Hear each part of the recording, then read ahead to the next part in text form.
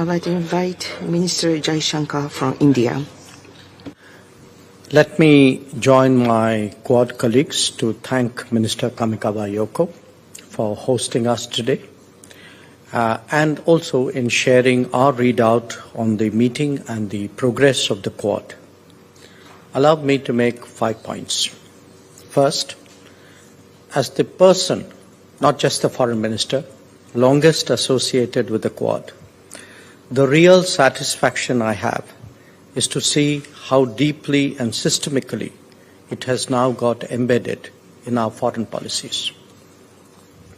Certainly, meetings such as the one we have just concluded are hugely helpful in giving direction. But the fact is that different agencies of our government and stakeholders beyond them, and this keeps expanding, now regularly interact with each other to take it forward. And our leaders have personally led the Quad's growth. Second, do appreciate what an expansive agenda we have built up in the last few years. Think about it.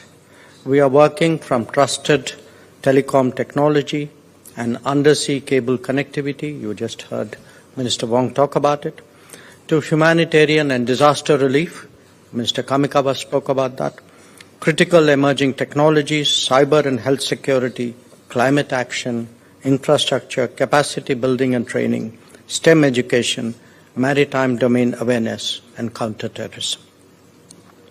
And this, by the way, is the abbreviated list.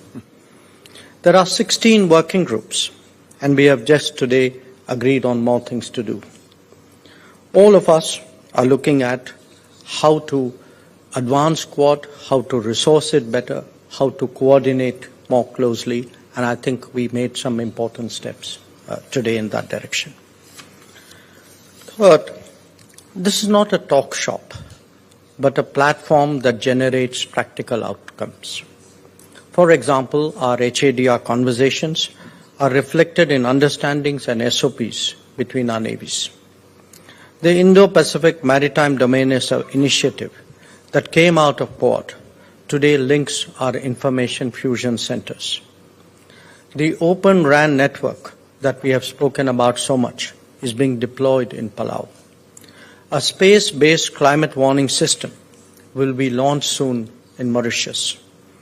Off-grid solar projects are actually happening in Indo-Pacific islands. During COVID, we cooperated to deliver vaccines to countries in this region. And the first cohort of Quad STEM fellowships is passing out, and the second one will also cover the ASEAN. Fourth, while I have given specific examples, it is important that we all connect the dots. The overall messaging is that our 4 countries, all democratic polities, pluralistic societies, and market economies, are working together for a free and open Indo-Pacific, for a rules-based order, and for global good. That, by itself, is a powerful stabilizing factor in an uncertain and volatile world. And fifth, there is a strong interactive dynamic between the Quad and our respective bilateral and even trilateral relationships. Progress on one front strengthens the other and thereby enhances the value of the Quad.